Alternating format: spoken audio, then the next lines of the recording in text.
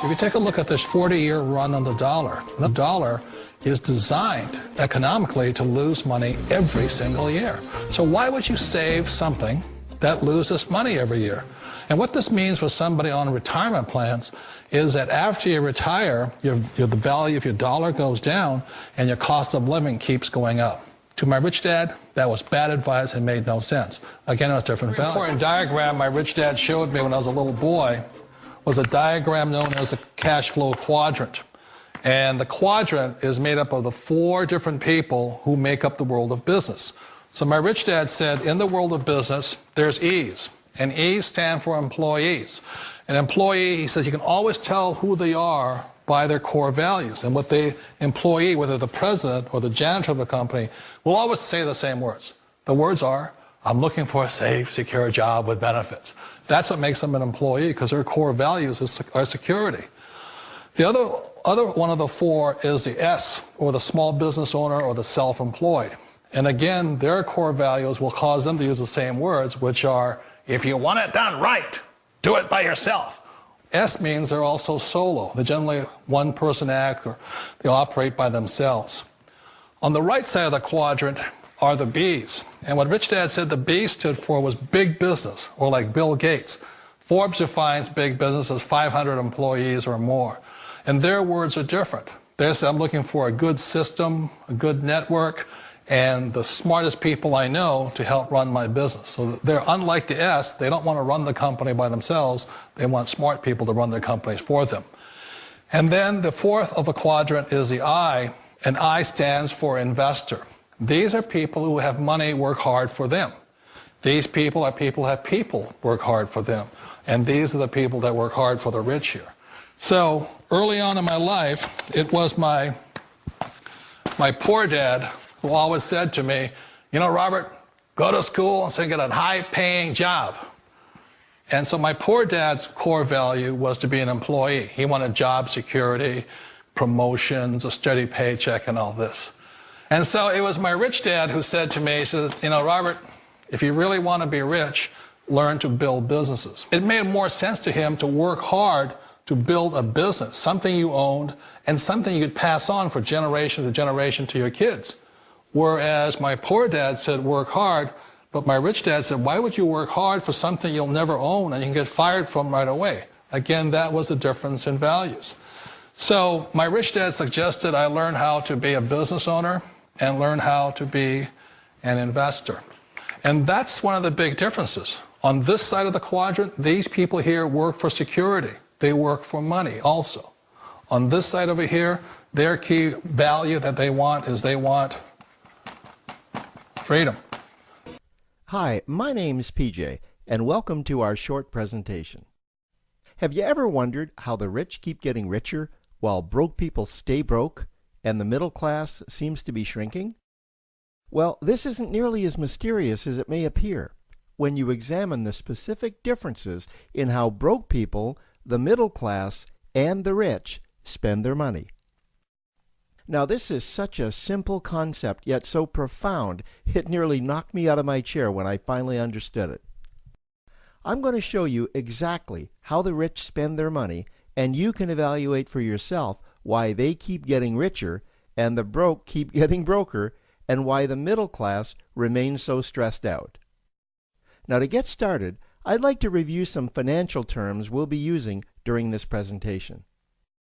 The terms that you need to be familiar with are cash flow, which means money you bring in, expenses, which means money you spend, assets. Now, this is the most confusing one. You're probably familiar with the traditional definition of an asset, which is something you own or have equity in. However, back in the 1990s, Robert Kiyosaki introduced us to a new definition of an asset in his groundbreaking Rich Dad, Poor Dad series of books. Robert taught us that an asset is something that pays you, and that's the definition we'll be using here. Liabilities is the last term, and it's defined as things that cost you money. As an example, a house is typically viewed as an asset. But can it actually be a liability? Yes. With our revised definition, Anything that costs you money is a liability, not an asset. If you have a mortgage, your house is an asset to your banker because it pays him or her every month. But could a house also be considered an asset to you? Yes, in the right circumstances it could, when it pays you money. Let's say you buy a house and you rent it out, and it paid you a positive cash flow every month after all expenses. That would then be considered an asset. Now, one more time with the terms, just to be very clear before we continue. Cash flow is money you make. Expenses, that's money you spend. An asset pays you, and a liability costs you. Now let's take a look at how broke people spend their money. Now, when I say broke people, I'm not referring to the destitute. I'm speaking about that large portion of our society that lives from paycheck to paycheck and who never seem to have any money. In fact, most times there's more month left at the end of their money, and I'm sure many of you can relate to that group. On payday, broke people buy what I'm going to call stuff. Well, what's stuff? Well, that's inexpensive things that people buy that they don't really need to survive. You go into someone's house and you can't find any counter or tabletop space in the whole house because of all the stuff on it. Their house and their cars are full and cluttered with stuff. Well, where do they get all this stuff? They buy it at the flea market, at the garage sale, at the dollar store, at the craft show. So cash flow comes in and then it goes straight out the expense column to buy stuff. You see, broke people never really educate themselves on assets and liabilities. They justify buying all of this stuff by claiming that it costs so little. But over the years, it's all they ever have. The problem is their cash flow never produced or created more cash flow. Now, please understand, I'm not undermining or taking any shots at this or any group. I just see a lot of financial difficulty out there, and it really doesn't need to be that way. Creating wealth isn't a mystery, it's a formula. The only reason someone doesn't create wealth is because they either don't know the formula or they don't apply the formula. Now let's take a look at the middle class. The middle class is the group that society mistakenly thinks are rich. They're not. Yes, they typically earn a six-figure income, and many of them appear rich, but it's what they buy with their money that keeps them prisoners of the middle class. What they typically buy are liabilities. Remember the definition of a liability? Things that cost you. By buying liabilities, the money gets pushed up and out their expense column. Liabilities are items like cars, boats, houses, airplanes, credit card debt.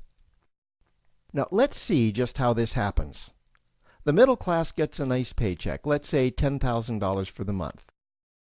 They then split that down the middle and they pay their monthly expenses with half, and with the other half, they make a down payment on a new car.